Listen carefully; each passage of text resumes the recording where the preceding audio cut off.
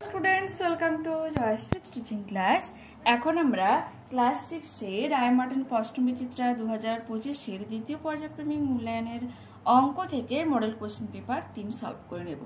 প্রথম প্রশ্ন তোমাদের কি বলেছে দেখো, একই সমতলে অবস্থিত তিনটি অসমাপতিত সরলরেখাংশ সর্বাধিক যতগুলি বিন্দুতে ছেদ করতে পারে তা হলো। অসমাপিত সরলরেখা কি করে পরস্পরকে মানে ক্রস করে যায়। তো যদি আমরা তিনটা এরকম অসমাপিত সরলরেখাংশ নেই, একটা এরকম হয়ে যাবে, দুটো আর তিনটা, পরস্পরকে তাহলে কতগুলো বিন্দুতে ছেদ করলো দেখো, তিনটা বিন্দুতে ছেদ করলো। যদি আমি ধরি এটা এ বি, এটা সিডি আর এটা ইএফ সরলরেখা, ঠিক আছে, নামকরণ করে নিতে পারো। তো সর্বাধিক তারা তিনটি বিন্দুতে ছেদ করে যাবে, ঠিক আছে। এরপর কি রয়েছে, +20 এর বিপরীত সংখ্যা থেকে +13 এর বিপরীত সংখ্যা বিয়োগ করলে বিয়োগফল কত হবে দেখে নাও। +20 এর বিপরীত সংখ্যা কি হয়ে যাবে, -20, মাইনাস থাকলো। তারপর রয়েছে +13 এর বিপরীত সংখ্যা কি হয়ে যাবে, -13, -20 মাইনাসে মাইনাসে গুণ করলে প্লাস, এখানে 13 হয়ে গেল। দেখো এখানে আমি কি বলেছি, আগেই বলেছি, যেটা তোমার বড় অঙ্ক থাকবে, বড় সংখ্যা থাকবে, তার সাইন কিন্তু এখানে বসে যাবে। বিয়োগ রয়েছে দেখো, 20 থেকে 13 বাদ দিলে 7 হয়ে যাচ্ছে, আর যেহেতু 20 এখানে বড় অঙ্ক রয়েছে, তো আগে যে সাইনটা থাকবে সেখানে কিন্তু এটা কিন্তু বসে গেল, ঠিক আছে। -7 সঠিক উত্তর হয়ে যাবে। এরপর কি রয়েছে, একটি মাত্র তল বিশিষ্ট ঘনবস্তুটির নাম কি হয়ে যাবে, গোলক, একটাই তল, ঠিক আছে। পরের পেজে দেখো, তো কোনটি শুদ্ধ আবৃত্ত দশমিক সংখ্যা। শুদ্ধ আবৃত্ত কোনটা বলো তো, দশমিক তো অবশ্যই তোমাকে থাকতে হচ্ছে। দশমিকের পরে যে অঙ্কগুলো থাকবে সেটা কি বারবার হচ্ছে রিপিট হয়ে যাবে, সেই পুরো অঙ্কটাকে তোমাকে রিপিট হতে হবে। তো এক্ষেত্রে দেখো এখানে 1.02, এখানে তোমার পৌনঃপৌনিক রয়েছে, 3 মাথায় পৌনঃপৌনিক রয়েছে, কিন্তু 0 মাথায় কিন্তু পৌনঃপৌনিক নেই। মিনস এখানে হয়ে যাচ্ছে 1.0232323 করে যাবে, বাট 0 কিন্তু আসছে না। তো এক্ষেত্রে এটা তো রং হয়ে যাচ্ছে। এবার দেখো 0.5 এর মাথায় পৌনঃপৌনিক রয়েছে, মানে কি বলতো 0.55555 এরকম করে যাবে। তো আমাদের সঠিক উত্তর হয়ে যাবে অপশন নাম্বার বি। এখানে দেখো 5 এর মাথায় নেই, এখানে 8 এর মাথায় নেই, সেজন্য কিন্তু এগুলো হচ্ছে না, ঠিক আছে। সংযোগ নিয়ম মেনে চলে। সংযোগ নিয়ম কারা মেনে চলে, যোগ ও গুণ। দেখো 2 আর 2 যোগ 3 কত হচ্ছে, 5 হচ্ছে, 3 যোগ 2 সেই 5 হচ্ছে, 2 গুণিত 3 সমান 6 হচ্ছে, 3 গুণিত 2 সমান 6 হচ্ছে। তো যোগ আর গুণ কি করে, এটা কিন্তু সংযোগ নিয়ম মেনে চলে। 3 লিটার 600 মিলিলিটার ও 6 লিটারের গসাগু কত হবে। দেখো 3 লিটার 600 মিলিলিটারকে আমরা কি করেছি, মিলিলিটারে বের করে নিয়েছি। 1 লিটার সমান 1000 মিলিলিটার, তাহলে 3 লিটার সমান কত মিলিলিটার হবে, 3 গুণিত 1000 মিলিলিটার যোগ 600 মিলিলিটার। 3000 যোগ 600 মিলিলিটার সমান কত হয়ে যাবে, 3600 মিলিলিটার। 6 লিটারকে যদি আমি মিলিলিটার বের করি কি হয়ে যাবে, 6 গুণিত 1000 সমান 6000 মিলিলিটার, ঠিক আছে। তো এবার আমরা কি করব, এই যে 3600 আর 6000 এর মধ্যে গসাগু করে নেব। দেখো 0 0 যেহেতু রয়েছে, আমি ডাইরেক্ট পুরো 12 দিয়ে দিয়েছি, তোমরা 10 দিয়ে দিতে পারো, কোনো সমস্যা নেই। 12 3 36, 0 0 হয়ে গেল, 12 5 60, দুটো 0 হয়ে গেল। 10 3 30, 10 0, 10 5 50, 10 0, 5 6 30, 5 10 50, 2 3 6, 2 5 10। তো এই সাইডের যে অঙ্কগুলো থাকবে আমরা কি করব, সেগুলোকে গসাগু করে নেব, মানে গুণ করে নেব। তো 12 গুণিত 10 120, 120 গুণিত 5 গুণিত 10 কত হচ্ছে 10, সরি 5 গুণিত 2 সমান 10, 10 10 100, আর 100 গুণিত 12 সমান 1200, 1200 মিলিলিটার হচ্ছে। এবার আমরা কি করবো, মিলিলিটার 1000 মিলিলিটার সমান আমরা কি জানি 1 লিটার হয়। তো আমরা কি করবো, 1200 কে যদি 1000 দিয়ে ডিভাইড করি আমাদের উত্তর কত আসবে, 1.2 লিটার। তো আমাদের সঠিক উত্তর হয়ে যাবে অপশন নাম্বার সি, ঠিক আছে। এরপর কি বলেছে দেখো, এরপর রয়েছে 0.405, পুরোটাই পৌনঃপৌনিক রয়েছে, এটাকে কি করতে বলেছে, ভগ্নাংশে পরিণত করতে বলেছে। আমরা কি জানি, কি বলেছে, দশমিকের পরে যখন পৌনঃপৌনিক থাকবে, তো 405 পুরোটাই পৌনঃপৌনিক, তো ডিভাইডেড বাই কি আসবে, 3টা 9, 3টা অঙ্ক রয়েছে, 3টার মাথায় পৌনঃপৌনিক, সেজন্য কিন্তু 3টা 9 হয়ে যাচ্ছে। এবার কাটাকুটি করে যায়, তো কত উত্তর হয়ে যাবে, 15/37। পরবর্তী তোমার প্রশ্ন রয়েছে, সমবিন্দু সরলরেখা বলতে কি বোঝো, চিত্রসহ দেখাও। চিত্রটা দেখে নাও। সমবিন্দু, একটাই বিন্দুর উপর দিয়ে অসংখ্য কিন্তু সরলরেখা গিয়েছে। তো সংজ্ঞাটাই এরকম হয়ে যাবে, 3 বা তার বেশি সরল রেখা যখন একটি বিন্দু দিয়ে অতিক্রম করে তখন সেই বিন্দুকে সমবিন্দু সরলরেখা বলে। ছবিটাও কিন্তু আঁকবে অবশ্যই, যেহেতু আঁকতে বলেছে ওখানে। এরপর রয়েছে কি, সরল করো। তো দেখে নাও, +12 প্লাসে মাইনাসে -18 প্লাসে মাইনাসে -29, +12 দুটোর সামনে মাইনাস রয়েছে, দুটোকে আমরা যোগ করে নেব। 18 29 যোগ করলে কত হচ্ছে 47, 47 থেকে 12 বাদ দিলে হবে 35, আর মাইনাস যেহেতু 47 এর আগে মাইনাস সাইন রয়েছে কিন্তু যেহেতু আবার 47 বড় সংখ্যা তাই ওর সাইনটা এখানে বসে যাবে। ঠিক আছে, নর্মালি তুমি একটা ভাবো, তোমার কাছে 47, আমি যদি বুঝাই 47 টাকা কম ছিল, আমি তোমাকে 12 টাকা দিয়েছি, এই নয় যে তোমার আরো বেড়ে যাবে, তা তো নয়, তোমার কম হবে।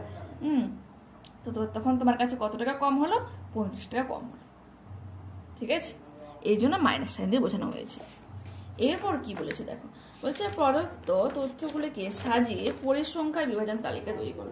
এই একটা মানে অঙ্ক, এই যে আমাকে অঙ্ক মানে সংখ্যাগুলো যে দিয়েছে, হ্যাঁ আমি কি হিসাবে সংখ্যাটা মানে লেখার সময় কি লিখবো তো আমি কনফিউজ।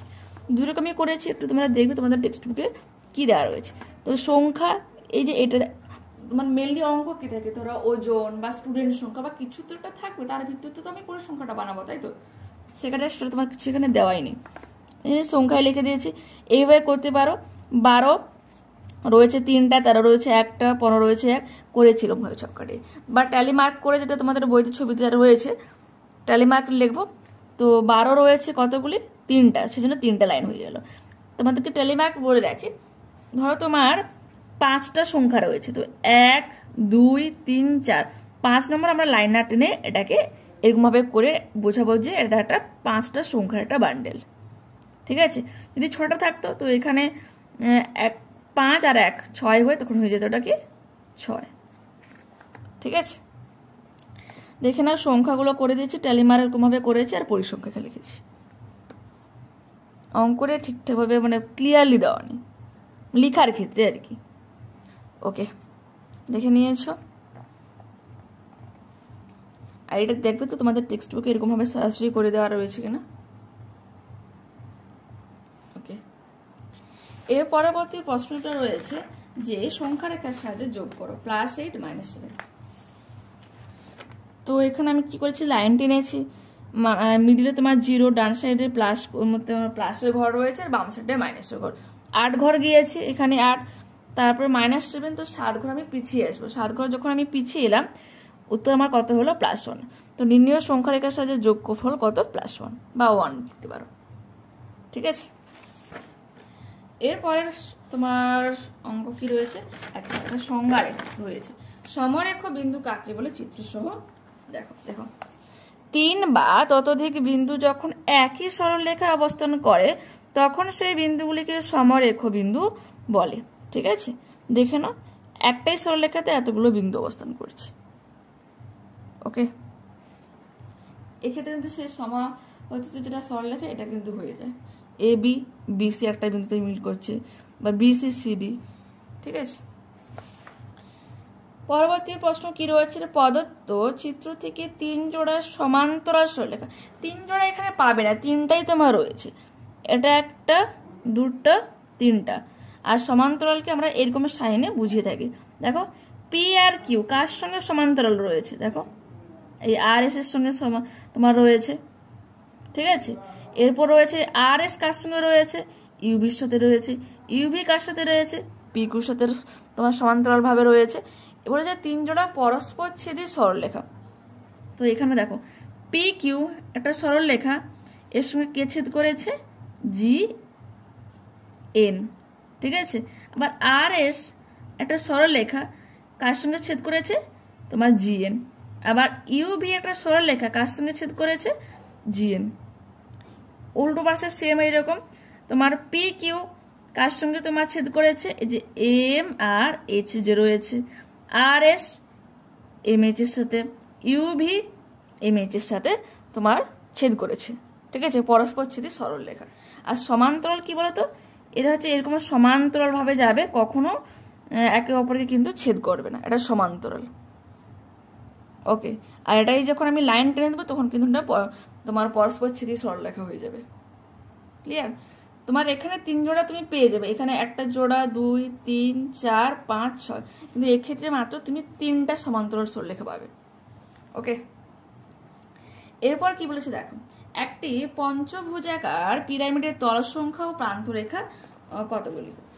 এখানে একটা এঁকে দিয়েছি দেখো, পঞ্চভুজাকার পিরামিড। তো তার ত্রিভুজটির যে তল এবারে ভূমি সেটা কিন্তু পঞ্চাকার, ঠিক আছে, পঞ্চভুজাকার মিনস এইরকম ভাবে আকৃতি হবে 1 2 3 4 5, সরি এখানে হলো, এটা হচ্ছে এইরকম ভাবে রয়েছে। যে তুমি মানে ছবিটাকে বোঝার চেষ্টা করো, এইরকম ভাবে রয়েছে, বুঝতে পেরেছো তো? তোমার পিরামিড। তো এখানে আমি কতগুলো তোমার তল পাচ্ছি দেখে নাও। নিচে একটা তল রয়েছে পুরোটা, যেটা পঞ্চভুজাকার একটা তল রয়েছে। এবার দেখো এই একটা আমি তল পেলাম, একটা, এই যে একটা, দুটা, 3 4 আর 5, তো 5 আর নিচে একটা ছিল, তো টোটাল 6টা আমি তল পেলাম। এবার প্রান্ত রেখা কতগুলো পেলাম দেখো, নিচে তোমার 5টা রয়েছে, 1 2 3 4 5, এই যে 6 7 8 9 10, তো কতগুলো আমরা প্রান্ত রেখা পেলাম? মোট 10টা প্রান্ত রেখা পেলাম। ঠিক আছে, এরপর রয়েছে উৎপাদকের বিশ্লেষণের সাহায্যে গসাগু ও লসাগু নির্ণয় করো। তোমাকে এরকম ভাবে করে নিতে হবে, ঠিক আছে, আলাদা আলাদা ভাবে।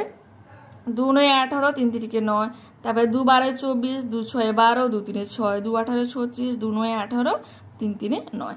আর গসাগুর ক্ষেত্রে আমাকে কি করতে হবে? পুরো 3টা থেকে কমন থাকতে হবে। তো কমন কি রয়েছে? 2 আর 3, তো গসাগু আমাদের হয়ে যাবে 6। লসাগুর ক্ষেত্রে কি করব? 3টা যে কমন রয়েছে, 3টা যদি তোমার কমন থাকে সেখান থেকে একটা নিতে হবে, 2টা কমন থাকলে একটা নিতে হবে, আর একটা সিঙ্গেল পড়ে থাকলে সে একাই থাকবে। তো এক্ষেত্রে 2 আর 3 আমাদের কমন ছিল, তো প্রথমে 2 গুণিত 3 লিখে দিলাম। ঠিক আছে, এবার দেখো এই যে 3, এখানে একটা রয়েছে, এখানে একটা রয়েছে, তো দুটো 3 থেকে কটা করে একটা 3 হয়ে গেল। ঠিক আছে, আবার এখানে এ একটা 2, একটা 2 হয়ে যাবে, আর এখানে একটা সিঙ্গেল পড়ে আছে, তো একটাই সিঙ্গেল পড়ে থাকবে। ক্লিয়ার? 3টা থেকে প্রথমে একটা 2 হয়ে গেল, এই 3টা 2 থেকে, 3টা 3 থেকে একটা 3 হয়ে গেল। তারপর যদি বলো যে দুটো 2 রয়েছে দুটোতে, তো ওখান থেকে একটা 2 নিলাম, সিঙ্গেল 2 পড়ে আছে, তো 2 মানে 2 হয়ে গেল, আর এখানে একটা 3, এখানে একটা 3 থেকে একটাই 3 কাউন্ট করবে, উত্তর আমাদের কত হয়ে যাবে? 72। ঠিক আছে, ওকে, পরবর্তী প্রশ্ন দেখো, রশ্মি ও সরলরেখার মধ্যে পার্থক্য দেখে নাও। কোন রেখা যদি দিক পরিবর্তন না করে উভয় দিকে প্রসারিত হতে থাকে তাহলে তাকে সরলরেখা বলে। ঠিক আছে, কোন রেখার একটি প্রান্ত স্থির কিন্তু অন্য প্রান্ত একটা নির্দিষ্ট দিকে সীমাহীন হলে তাকে রশ্মি বলবো। মিনস এইরকম একটা বিন্দু, ঠিক আছে, এখানে স্থির, বাট অপোজিট মানে যেখান থেকে তোমার রশ্মিটা শুরু হচ্ছে, সে যে ডিরেকশনে যাচ্ছে সেদিকে কিন্তু ক্রমাগত সে এগিয়ে যেতে থাকবে, কিন্তু অপর প্রান্ত পুরো স্থির। ঠিক আছে, সরলরেখাকে উভয় দিকে বাড়ানো যায়। ঠিক আছে, একটা সরলরেখা, তাকে উভয় দিকে আমি যত ইচ্ছে তত বাড়িয়ে যাব। ঠিক আছে, আর রশ্মি কি বলেছে? যে কোনো একদিকে বাড়ানো যায়। সরলরেখার কোনো প্রান্তবিন্দু নেই, যেহেতু তোমার উভয় দিকে বাড়ানো যাচ্ছে, প্রান্তবিন্দু তুমি কোথায় কি করে পাবে? কিন্তু রশ্মির একটা নির্দিষ্ট প্রান্তবিন্দু থাকে, তো তোমাদের বললাম। ঠিক আছে, দেখে নাও, একটু তুলে নেবে, যদি বইতে থাকে তো বই থেকে একটু বুঝতে করে নেবে। পরবর্তী প্রশ্ন কি রয়েছে? পরবর্তী রয়েছে তোমার, আচ্ছা বিয়োগ করো, দেখে নাও। -34, দেখো দ্বিতীয় বন্ধনীর কাজ আমরা আগে করবো। -34 প্লাস মাইনাসে -60, দ্বিতীয় বন্ধনীর শেষ, মাইনাসে মাইনাসে গুণ করলে কি প্লাস হচ্ছে +15, -34 -60 যদি আমি অ্যাড করি -94 +15। ঠিক আছে, মাইনাসে মাইনাসে কিন্তু প্লাস করতে হবে, সাইন তোমার মাইনাস থাকবে। 94 থেকে 15 বাদ দিলে 79, 94 আগে মাইনাস, তো মাইনাস সাইন বসিয়ে দেবে। ঠিক আছে, ওকে। এরপর কি বলেছে দেখো, এরপর বলেছে যে মানের ঊর্ধ্বক্রমে সাজানো, এটা সব থেকে ইজি, দেখতে হার্ড লাগছে বাট ইজি। দেখো দশমিকে তোমার দুটো কিন্তু দশমিকে দেওয়া রয়েছে, এটাও দশমিকে দেওয়া রয়েছে, এটাও দশমিকে দেওয়া রয়েছে। এটা যদি আমি দশমিকে বের করতে পারি তো আমাদের উত্তরটা হয়েই যাচ্ছে। তো দেখে নাও। তো আমরা কি করব, 3কে ভাগ করব কত দিয়ে, 44 দিয়ে। দশমিক দিলাম, শূন্য দিলাম, ভাগ তো যাচ্ছে না, তো শূন্য দিয়ে আমি কি করেছি, এটা শূন্য নামিয়েছি। 44 ছয় 264, বিয়োগ করো 36, শূন্য দিলাম। 44 আসছে 352, বিয়োগ করলে 80, 44 একে 44। আবার দেখো তোমার 36 আসছে, মিনস এই যে ঘরটা আবার কিন্তু ঘুরে আসছে। মিনস কি বলতো, আবার 81 81 81 কিন্তু কন্টিনিউ যাবে। তো আমি কি লিখতে পারি, 0.068 এর আর 1 এর মাথায় পৌনঃপুনিক। তো এখান থেকে আমি পুরো মানে ক্লিয়ারলি বুঝতে পারছি কোনটা ছোট কোনটা বড়। কি করে, এটা তোমার পূর্ণ সংখ্যা রয়েছে, ঠিক আছে, 3 পূর্ণ সংখ্যা মানে কি কিন্তু বড়। আর এখানে দেখো দশমিকের পরে 6 আছে, বাট এখানে দশমিকের পরে 0 রয়েছে। তো ইজিলি আমি আইডেন্টিফাই করতে পারলাম কে ছোট কে বড়, ঠিক আছে। তো মানের ঊর্ধ্বক্রমে সাজালে পাই সব থেকে ছোট হয়ে যাবে যে 3/44, তারপরে হয়ে যাবে 0.69 যে পৌনঃপুনিক যেটা রয়েছে, আর উপরে 3.2 0.05 পৌনঃপুনিক যেটা রয়েছে। ক্লিয়ারলি বুঝতে পেরেছো তো কি হয়ে মানে হলো ব্যাপারটা। যেহেতু তোমার দুটোতে দশমিক রয়েছে, এখানেও তোমার দশমিক, এখানেও দশমিক রয়েছে, তো আমি কি করেছি, এটা থেকে দশমিক বের করে নিলাম, দশমিক ভগ্নাংশ বের করতে গিয়ে আমি কি দেখলাম, এখানে 0.0681881 কন্টিনিউ কিন্তু আমার যাবে ব্যাপারটা। তো আমি লিখেই নিয়েছি। তো এখান থেকে আমি আইডেন্টিফাই করতে পেরে গেলাম কোনটা ছোট কোনটা বড়, ঠিক আছে। ওকে, এরপরে যাই। কি বলেছে যে দুটি সংখ্যার যোগফল 384, সংখ্যা দুটির গসাগু 48, সংখ্যা দুটি কি হতে পারে। ধরে সংখ্যা দুটি হচ্ছে কি 48x আর 48y। এখানে x ও y পরস্পর মৌলিক সংখ্যা, দুটো যোগফল এত হচ্ছে। তো 48x যোগ 48y তোমার সংখ্যা দুটির যে যোগফল যেটা কত 384 রয়েছে, তাই তো এখানে রয়েছে দেখো। ওকে, তো এখান থেকে আমি x প্লাস ওয়াই এর ভ্যালু পেলাম 8। তো 8টাকে আমাকে এমন তোমাকে পরস্পর মৌলিক সংখ্যাতে বের করতে হবে যেটা দুটো সংখ্যার যোগ করলে আমি 8 পাই। তো কি কি পেলাম, 1 আর 7 আর 3 আর 5, ঠিক আছে। তো এখানে সংখ্যা দুটি হয়ে যাবে। এখানে কি করবো দেখো, এই যে 48 ছিল, 48x, তো 48 গুণিত 1, প্রথমটা আমাদের x এর ভ্যালু, দ্বিতীয়টা হচ্ছে y এর ভ্যালু। তো আমরা পরপর বসিয়ে যাব। 48 গুণিত 1, 48 গুণিত 7, তো 48 336 এটা পেলাম। আর একটা 3 5, তো 48 গুণিত 3, ঠিক আছে, x এর ভ্যালু যেটা। আর এখানে 48y মিনস 48 গুণিত 5, তো 144 240। এটা কিন্তু আগের মডেলে ভালো করে বোঝানো হয়েছে। ওকে, এরপরে যাই। এরপরে দেখো একটা স্তম্ভচিত্র তোমাদের রয়েছে, তো তোমাদের এটা দেখিয়ে দিচ্ছি, দেখে নাও।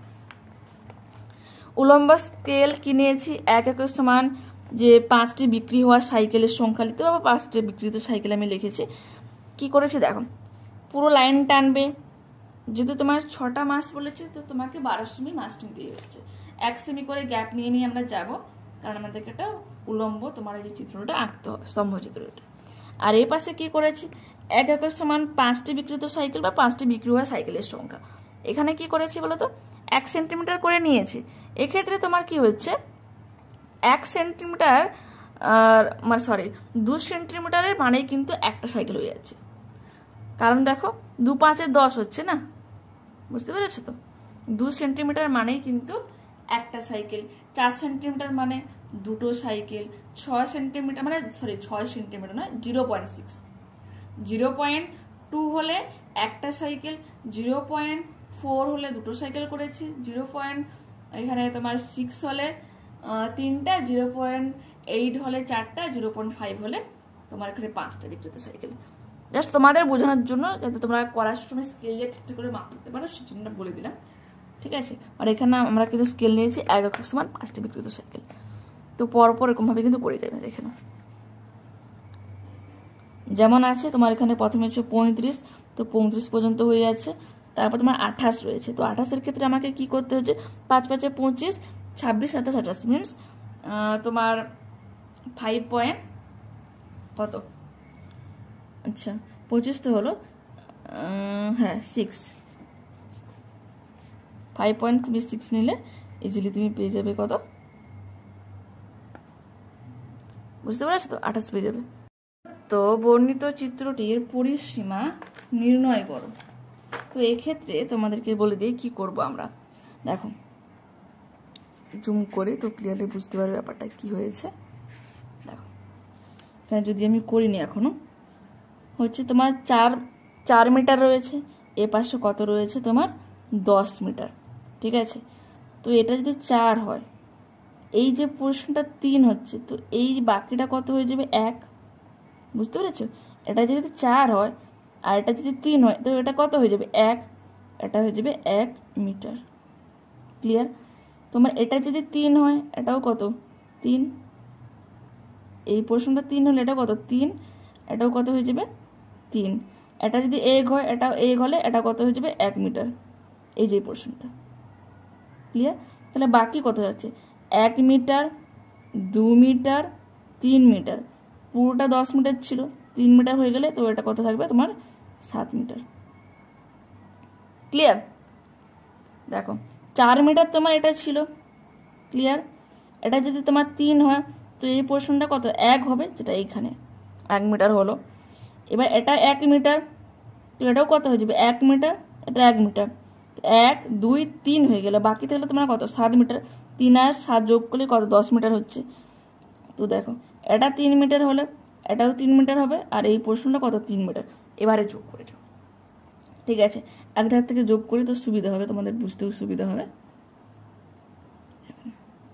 সমান দেব 4 মিটার থেকে যদি ধরি, 4 মিটার যোগ 10 মিটার যোগ 1 মিটার যোগ 7 মিটার যোগ 3 মিটার যোগ 1 মিটার যোগ 3 মিটার যোগ 1 মিটার যোগ 3 মিটার যোগ 1 মিটার। এবার যোগ করে যাও। 10 আর 4 যোগ করলে কত 14, একে 15, 15-এর সাথে 22, 22 3 25, 26, 26 3 29, 29 এখানে 1 মিটার লাগবে, 29 একে কত 30, 30 3 33 আর 1 34 মিটার উত্তর। বুঝতে পেরেছো তো কিভাবে হলো, জুম করে জন্য দেখালাম তোমাদের। এরপর কি বলেছে দেখো, এরপর বললো যে আচ্ছা কোনো বর্গক্ষেত্রের পরিসীমা 2172 সেমি হলে বর্গক্ষেত্রের একটি বাহুর দৈর্ঘ্য কত হবে। আমরা জানি 4 গুণিত একটি বাহুর দৈর্ঘ্য সমান বর্গক্ষেত্রের পরিসীমা, বা 4 গুণিত একটি বাহুর দৈর্ঘ্য সমান 2172 সেমি, বা একটি বাহুর দৈর্ঘ্য সমান 2172/4। কাটাকুটি করে নিলে কত উত্তর আমাদের হয়ে যাবে 543 সেন্টিমিটার। ঠিক আছে। তো এখানেই আমরা এই ক্লাসটা কমপ্লিট করলাম। নেক্সট ক্লাসে আবারও দেখা হচ্ছে। যারা চ্যানেল নতুন রয়েছে অবশ্যই পরবর্তী ভিডিওগুলো পাওয়ার জন্য চ্যানেলটাকে সাবস্ক্রাইব করে নিও এবং বন্ধুদের সাথে ভিডিওটাকে একটু শেয়ার করে নিও। হ্যাঁ, পারলে লাইক দাও আর কমেন্টে অবশ্যই তোমাদের মতামত জানিও আমাকে। ওকে, বাই।